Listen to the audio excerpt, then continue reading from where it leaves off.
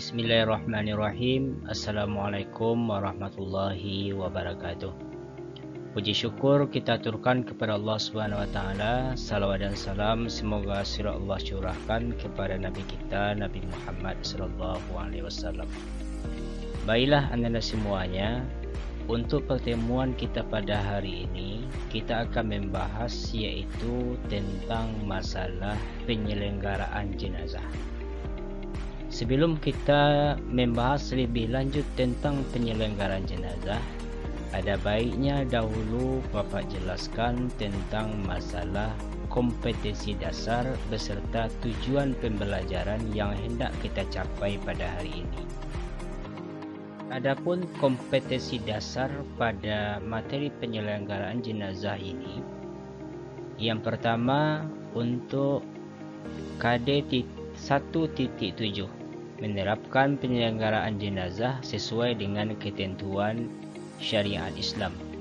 Yang kedua yaitu KD 2.7 menunjukkan sikap tanggungjawab dan kerjasama dalam penyelenggaraan jenazah di masyarakat. Kemudian KD 3.7 yaitu menganalisis pelaksanaan penyelenggaraan jenazah. Kemudian KD 4.7 yaitu menyajikan prosedur penyelenggaraan jenazah.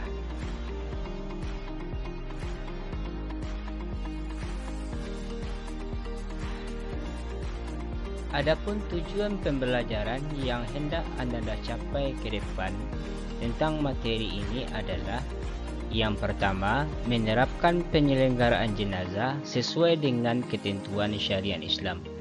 Yang kedua, menunjukkan sikap tanggungjawab saat mempraktikkan penyelenggaraan jenazah di dalam kelas.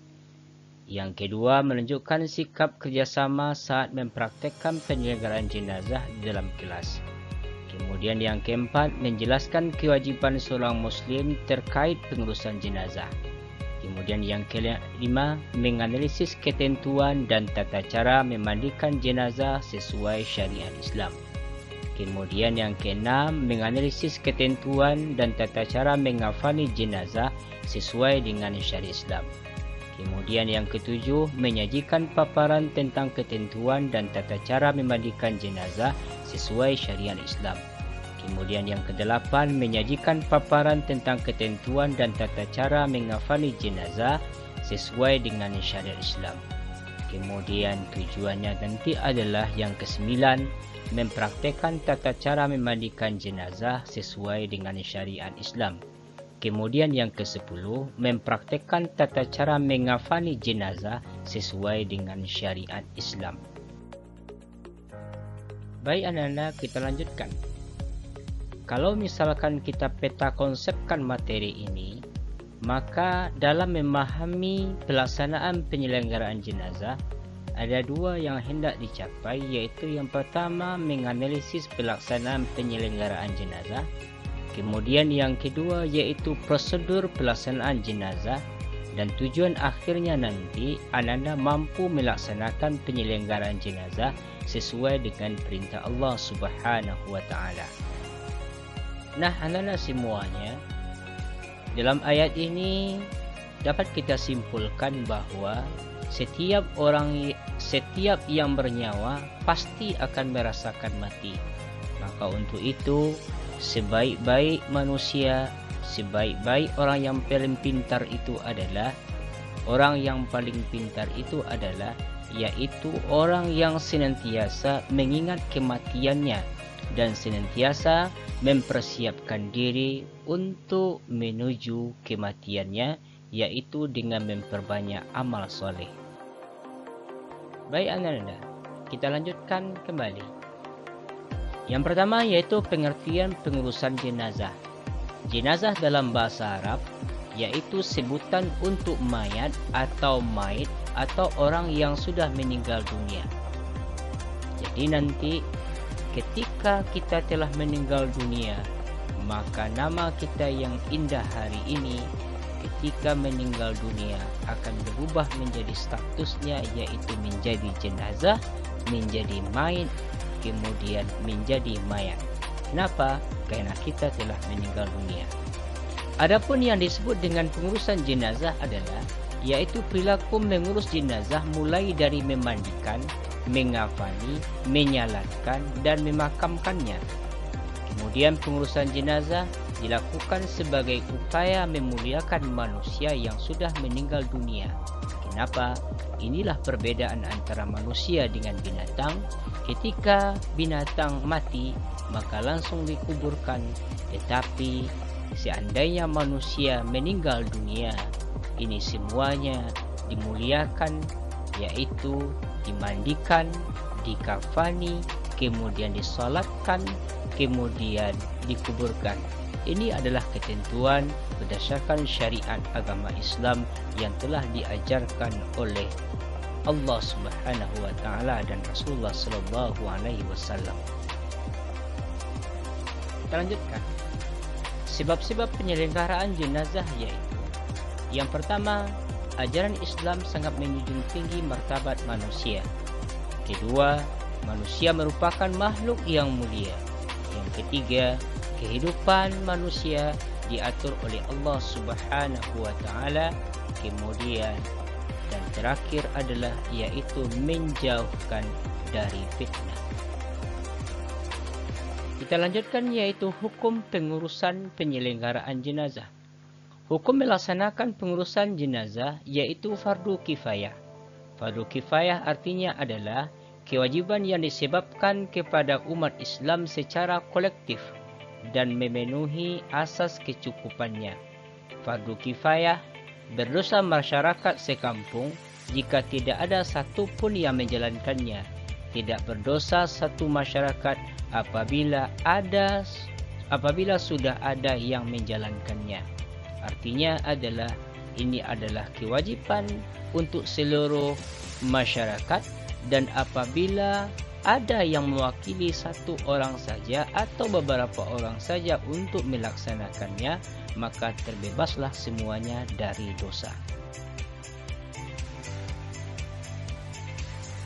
Oke, kita lanjutkan. Bagaimana kriteria jenazah yang wajib diurus oleh umat Islam? Yang pertama, jenazahnya adalah umat Islam. Yang kedua, ada beberapa jenazah yang tidak diwajibkan untuk dimandikan, dikafani, dan disalatkan, yaitu: yang pertama, orang yang mati syahid. Yang kedua, bayi yang keguguran dan belum sempurna bentuknya. Kemudian yang ketiga, orang yang hilang atau tidak ditemukan. Kemudian yang keempat, orang yang meninggal dan jasadnya hancur.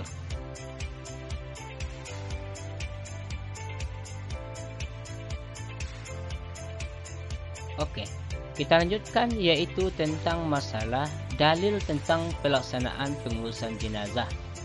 Yaitu yang pertama, perintah mengurus jenazah itu terdapat dalam hadis yang diriwayatkan oleh muttafaqun alaih, yang artinya hak seorang muslim atas muslim lainnya ada 5.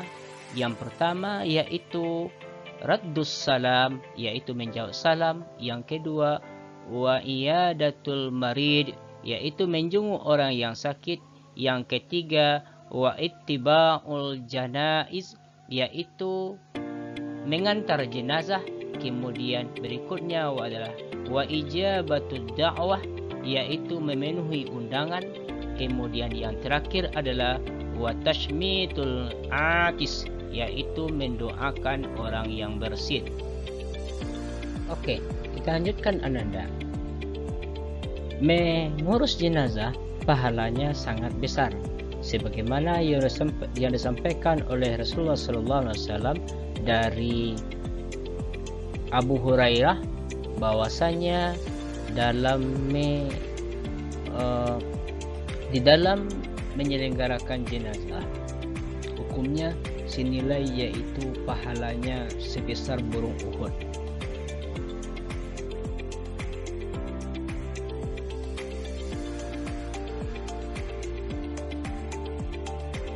Ada perilaku sosial dalam pengurusan jenazah.